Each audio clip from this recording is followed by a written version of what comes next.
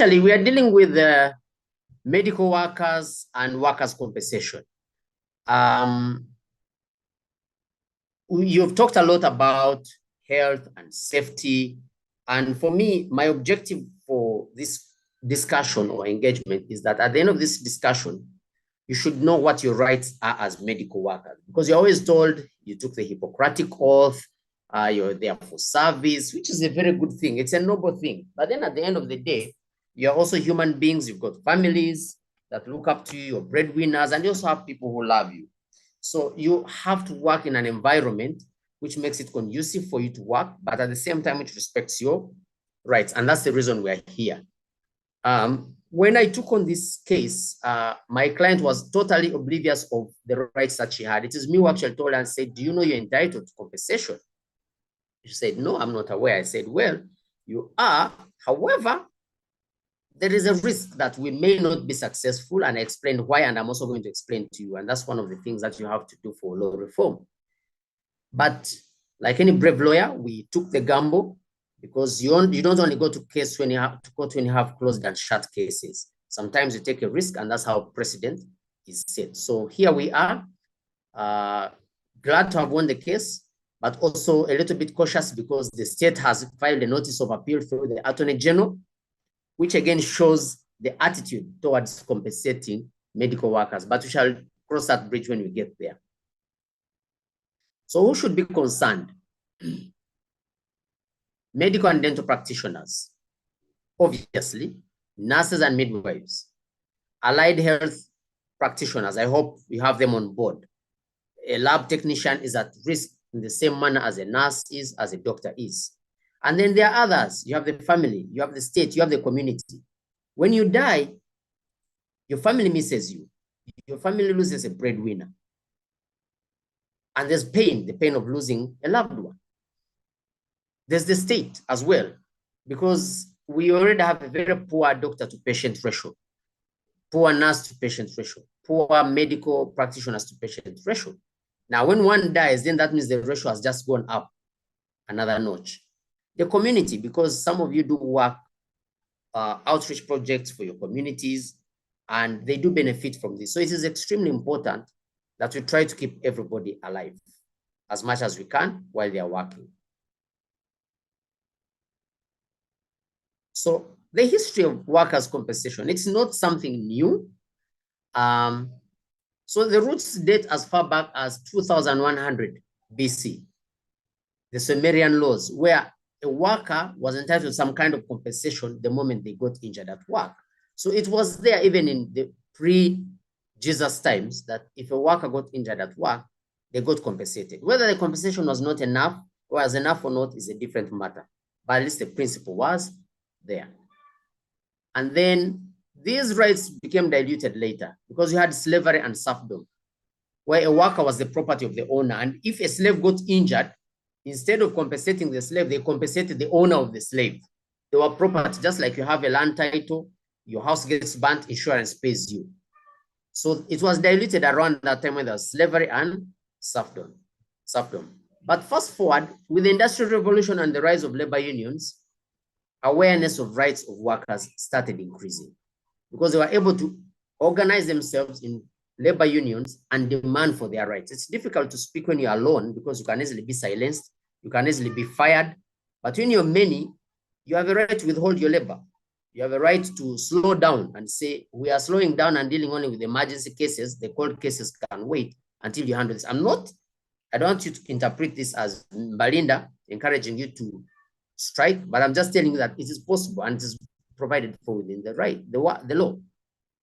So the first workers' compensation rights were enacted in Germany by a man called Otto von Bismarck in 1884, basically to provide for benefits for workers who suffered injuries or illness at work. So in the Industrial Revolution, you had somebody in 1884 thinking we need to have laws to provide for rights of workers.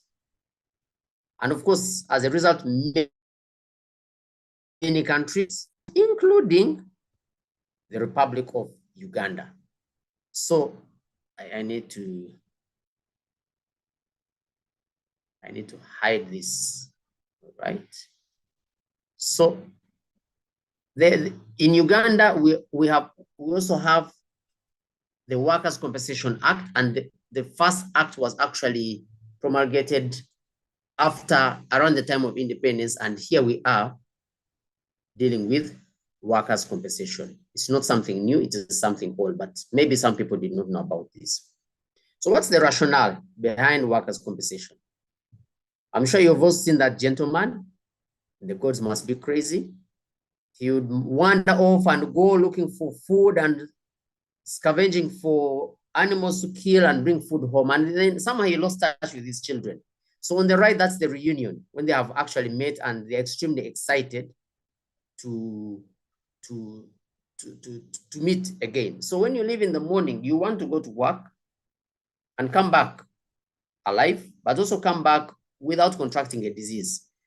Whereas it's not possible to totally eliminate the risk, but that's the ideal, that everybody should go and return safe and sound. And again, where something goes wrong, as it may happen in some cases, there should be compensation. There's a reason why we take out insurance for our cars. It's not because you're planning to have an accident, but just in case. Today, I just looked at my third party, and it expires tomorrow, and I got into panic because not only will I be breaching the law if I don't renew, but there's an element of loss which cannot be compensated. Never mind that the insurance company only gives 1 million if you're on third party, unless it's comprehensive. But at least there's some element of loss in the sense that you incur loss and all of it is on you because you don't have insurance. So what is the role of the state? We keep talking of the state, the government. We're talking about Ministry of Health. We're talking about Ministry of Gender and Labor. We're talking about the district, local governments, because some of you are employed by district local governments. They've got a role in this. And what is their role? To make the workplace safe. We have the Occupational Safety and Health Act. You notice I've not put the chapter numbers because I'm not talking to lawyers and I don't want to bore you. But we have what we call the Occupational Safety and Health Act. Now, this law requires every employer, whether you're in public or in private sector, to provide a safe working environment for your workers. If it is a mine and there are lots of vibrations, are the vibrations exceeding the maximum limits? If it's a noisy environment, do they have earplugs? If it involves flying glasses and breaking objects, do they have eye protection? If they are medical workers, do they have sufficient PPE?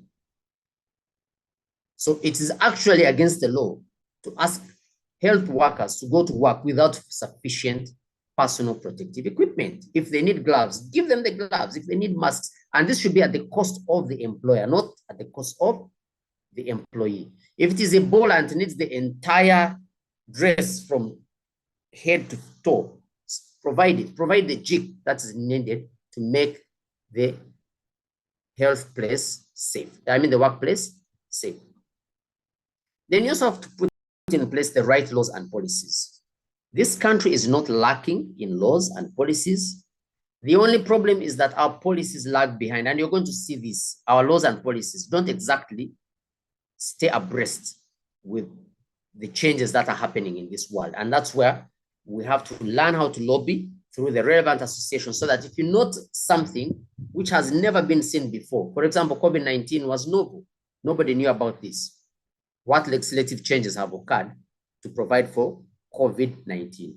The answer to that is none whatsoever, and we're going to see as we move along. In the event that injury or death occurs, compensate the victim. That is if you're the state and you're the employer. If the employer is someone in the private sector, compel them to compensate. So I don't want you to all get excited because some of you are in the private sector and you employ people. So what is good for the goose must be good for the gander.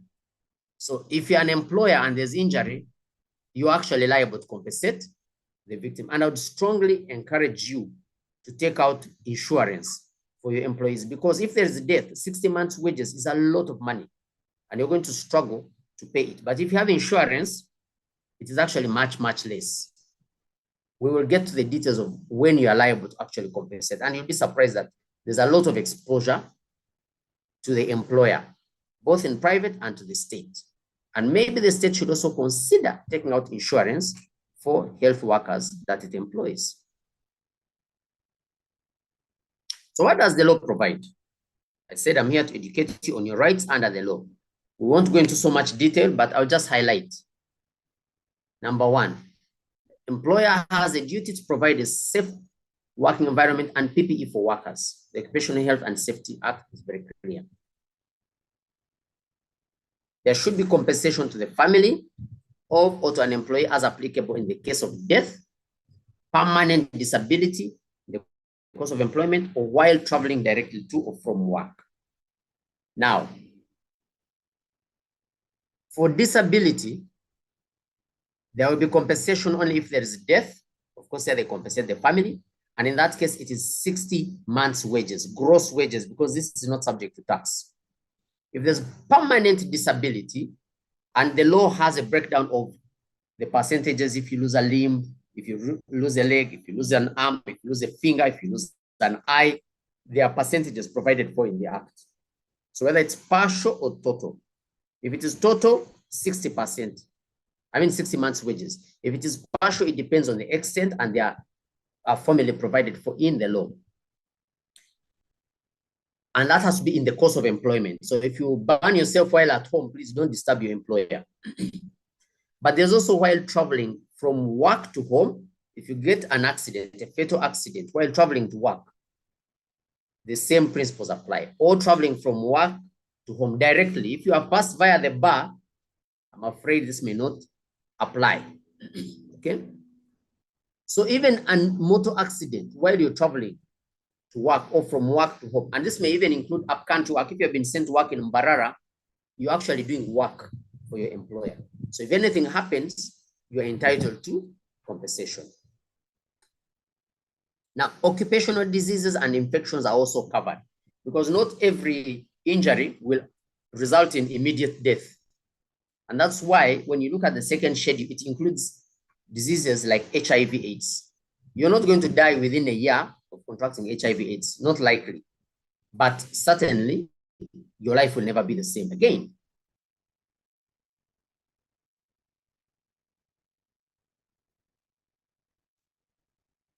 So compensation for infection from occupational diseases is also provided for. Now, this extends even to people who are involved in manufacturing. Let's say you're manufacturing, maybe you're involved in mining, and because of mining, you're exposed to certain chemicals which increase your risk of cancer. That is also provided for. Hepatitis is provided for. HIV/AIDS is provided for. The window of 24 months within which the disease is contracted, the presumption is that it was contracted at work. So if you contracted that disease within 24 months and you are working, the presumption of the law is that you contracted that disease at work, unless the contrary is proved by the employer. Any accident arising in the course shall, unless the contrary is proved, be presumed to be arising out of employment. In the case that I have, that is Flavia doing on behalf of the late Dr. Michael Musitwa Mugwanya. This issue came up, and the defense was that he could have got COVID from anywhere. But the moment we were able to prove that he was at the workplace during that time, he worked and resided in Chiboga, he contracted COVID within the window period, within the incubation period, then we had discharged our burden of proof. Anyone saying he could have got it from elsewhere was required to prove that he had actually got it from elsewhere. And we are glad that the court actually agreed with us, because this is provided for in the law. And compensation is payable regardless of whether the employee was reckless or careless. Now, that is why in most serious companies or workplaces, if you don't observe the protocols, the PPE protocols, the health and safety protocols, it's actually a dismissible offense, because you are potentially putting your employer under risk of losing an employee, one, and two, having to pay for your foolishness. You can excuse my French for that. So even if the employee is reckless or careless, there's PPE, you have not used it, the employer would still be liable. I'm not encouraging anyone to be reckless or careless, because I believe that your life is much more of value than the compensation that your family will get. First eat food and finish. When you finish, you call me and I step on for you. Okay, there's somebody who is eating food. There are stringent provisions on reporting of the injury. Stringent provisions. And that's why the moment this happens, please call your lawyer immediately. Don't wait, because there are time frames which must be followed.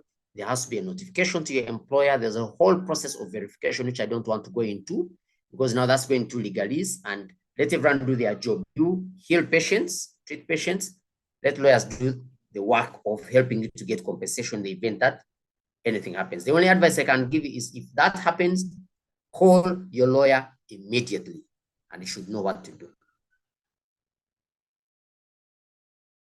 Q&A, where you can post your questions so that, you know, when the time comes, I can just summarize them and ask Tom. So to save your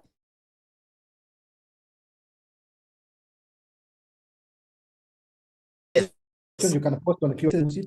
Flavia Chomuhendo is coming just in time. I've seen she has entered. Flavia, are you there? Okay. Hello. Hello, you are most Flavia, welcome, greetings. Flavia. Yes, go ahead. Greetings. Sorry. I said, how are you, Flavia? Greetings from your lawyer. I'm fine, thank you. Thank you.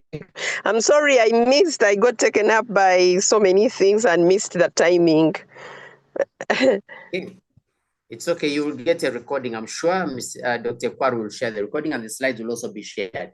We just came in when we were on the actual gist of today's meeting, the case of Flavia Chomeno Musitwa, with of the late Dr. Michael Musitwa Mugwanya versus Shiboga District Local Government.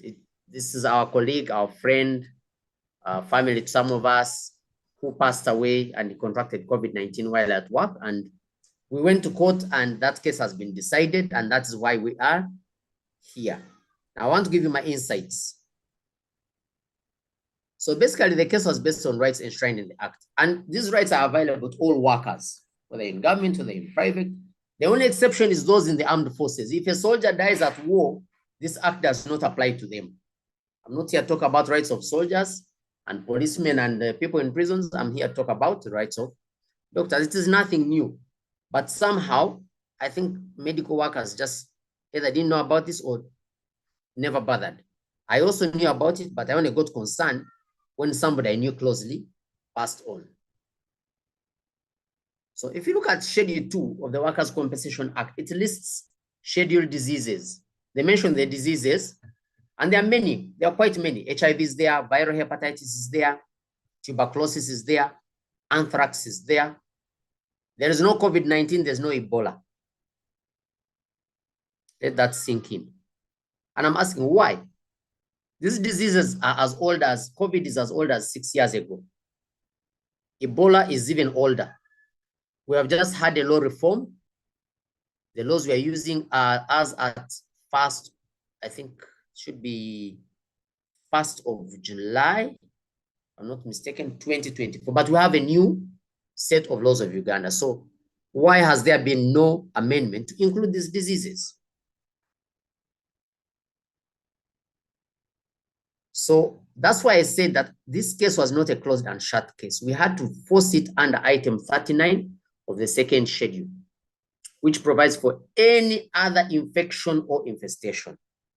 And this was a tug of war, because the case of the defendant, who was ably represented by the Attorney General, was that COVID-19 does not fall under any other infection or infestation. Why? Because there's a rider that it has to be through work involving exposure to any other specific organisms of an occupational nature in an infective form. So the argument was that you have to be working, say, in a lab which is handling live, what's the virus which causes COVID-19? I've forgotten it. You know it better. Which is handling that, and then you get the COVID virus or SARS-CoV-2. Yes, SARS-CoV-2. So the argument was that you have to be working in an environment which is handling those live organisms. Note that you are dealing with a patient who has it and then you pick it.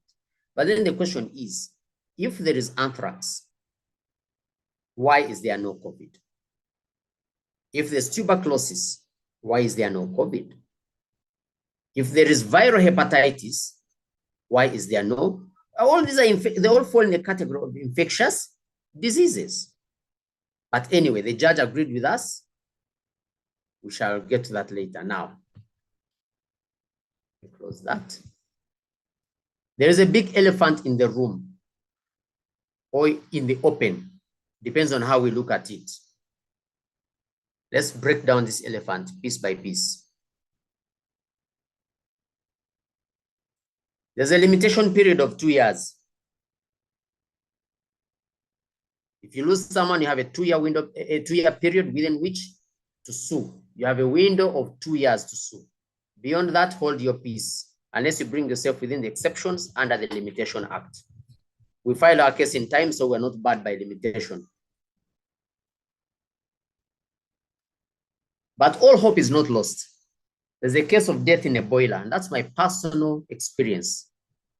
As a legal counsel and stroke legal director, my duty as a lawyer is justice. That's my primary duty. It overrides my duty to my employer. So my employer, if I'm a lawyer, is a client. But at the same time, I am an officer of court.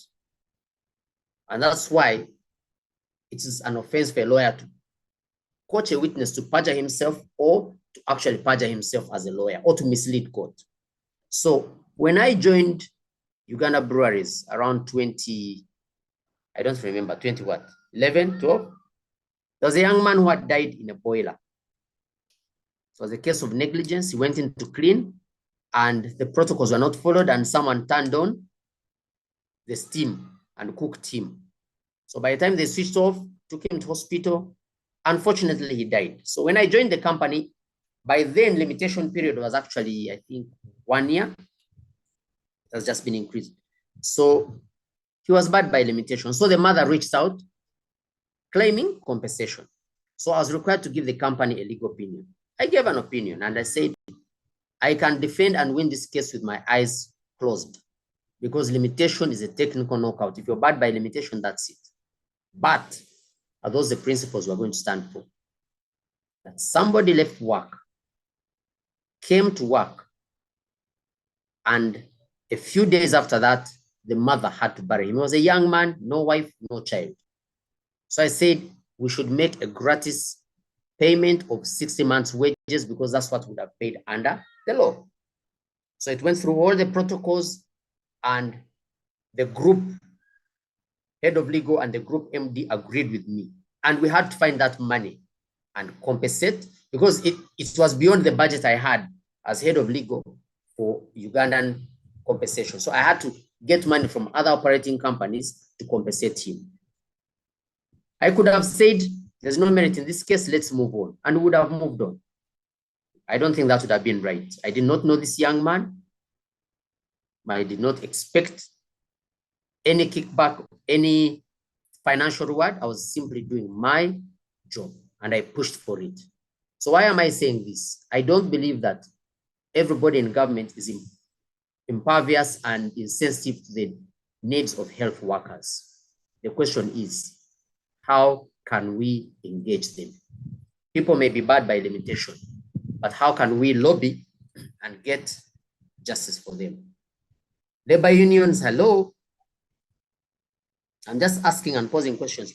What can we do about this? Because we already have a legal precedent, at least, to work with that. A court of law at the level of the High Court has recognized the fact that COVID may not be listed, but it's a disease for which people should be compensated. The same should apply to Ebola.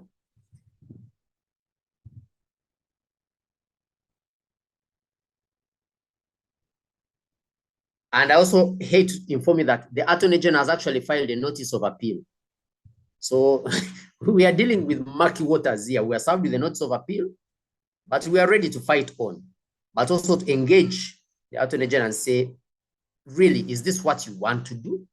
Or should you consider withdrawing this notice of appeal and paying compensation. Nobody is saying the state should find the money tomorrow. It could even be a 2-year, 3-year, or 5-year period for the state to organize and look for the funds, the same way they are compensating businessmen. How about people who lost their lives while defending? And labor unions, organize your people. Now you know the limitation period. When people die, reach out, get the information, approach lawyers who are willing to fight for your rights, and file these actions in time so that you're not barred by litigation. We are now at a point 4, lobbying for law reforms. Again, lawyers and labor unions, we can work together. Let's include known diseases which are missing in the act. Imagine there's no Ebola. There's no COVID-19. For how long shall we wait? Jurisdiction, imagine jurisdiction is a magistrate's court. That's what the law says. We went to the High Court and it was deliberate. That was another objection raised by the defense. That we went to a court without jurisdiction, the case should be dismissed. I said, no, court has unlimited jurisdiction. And it's not like there is a specialized court which deals with these matters. If you take a tax matter at the High Court, it will be dismissed. If you take an employment matter to the High Court and you don't go to the industrial division of the High Court, it will be dismissed because there are specialized courts for that. But a magistrate's court exercises the same jurisdiction as the High Court, only that pecuniary jurisdiction is more. Now, remember, you are entitled to 60 months' wages. If you're earning gross 8 million, 60 months' wages is going to be 480 million shillings being argued before a magistrate's court. No disrespect to magistrate's courts, but there's a reason why ordinarily their pecuniary jurisdiction is limited to 50 million. 2, some of these concepts we're arguing, infection, infestation, does it fit under item 39? I was not very comfortable arguing those before a magistrate's court. It was a gamble, but I have no regrets. I'll defend that position when we get to the Court of Appeal, if this appeal continues.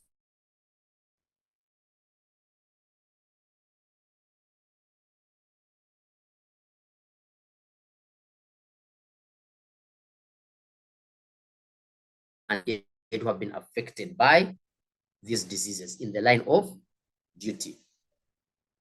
Lobby for workers' compensation insurance for health workers. You're carrying out an operation, you get a needle prick. How have you documented it? Have you conducted an HIV test to prove that you are seronegative at that point? Then go on your PrEP. If the PrEP, PEP, if the PEP doesn't work, at least there'll be proof that you contracted it at work. And I'm sure a number of surgeons must have contracted some of these diseases while at work. And then you quietly say that was the Lord, that was the will of God. But this will of God also, anyway, that's a conversation for another day. Why must people keep dying? And then you say it's the will of God. What is good for the goose is good for the gander. Like I said, private health practitioners with employees, beware. What you push for, because you work in Malago, somebody else will push for it because you own a clinic somewhere. Health insurance will save you. It will save your brushes. If you employ people, take out insurance. It's cheaper than compensating. Maybe you can push government to have in place an insurance policy for health workers. Of course, the premiums are higher because doctors are more at risk than a lawyer in an office, but it's worth it. So does all this matter? They will say medical workers took a Hippocratic oath. The legal opinion of the Solicitor General in this case, one paragraph read, if I can paraphrase, that these are some part of the ordinary risks that doctors subject themselves to, and therefore there should be no compensation, or what's that effect? I don't think when any of you was taking a Hippocratic oath, you had signed your death warrant. You knew there are risks, but you certainly did not say, I am a doctor and I'm here to die for the nation. But that was the view of the Solicitor General, or whoever signed for the Solicitor General. So the Hippocratic oath is not a death knell. No health workers sign up for death. No health worker signs up for death. Medical practice is not playing Russian roulette. If you know Russian roulette, very dangerous game. When the trigger is pulled, if that pistol is facing you,